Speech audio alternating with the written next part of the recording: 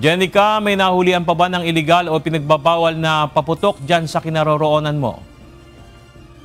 Bernard, magandang gabi. At dito nga sa kinaroroonan ko ngayon dito sa Antipolo City, ay nakakatuwa nga na may balita natin na dito sa area na to ay wala nang mga nakumpita o nahuli na mga illegal na mga kaputok.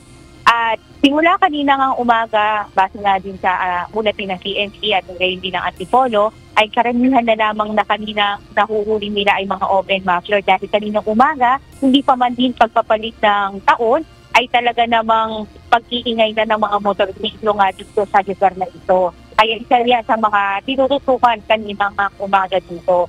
At dito nga ay marami pa rin ang mga namimili dito ng mga paputok dito nga sa Antipolo City. Kahit na ilang oras na lamang nga ay magpapalit na nga ng taon.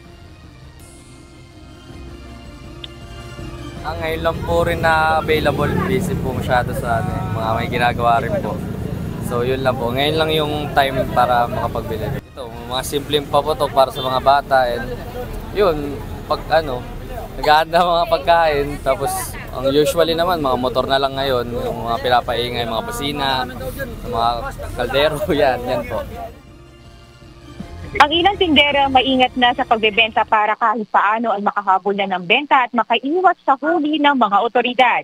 Para naman kay Tatay Carlos, 56 na taong gulang, isang tricycle driver, mas maigi pa niya ang pagpapaingay na lamang tulad ng paggamit ng mga takip ng kaldero. Mag-iingay na lang kasi para safety sa sarili at sa mga kasamahan sa bahay, pati sa kapitbahay. At takip ng kaldero. Marami kaming kaldero. Nagluluto ang misis ko kasi. Kaldero, planggana, yun na lang.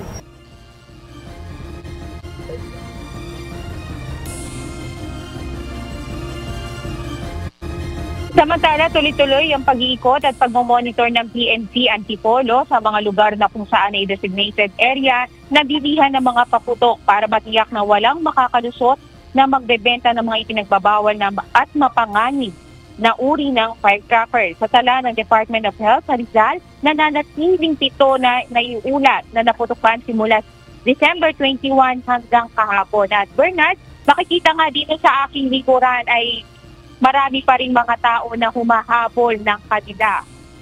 Pwede pang magamit na pag-iingay. Ang ilan naman dito, ayan, mga paputok. At meron ding mga namimili na ang para sa kanila naman ay gagamitin na lamang ng kanilang mga anak para pampailaw, para makasabay na lang din mamaya sa pagpapalit ng taon. Bernard. Alright, maraming salamat. Jenica Cruz live mula sa Antipolo City sa Rizal.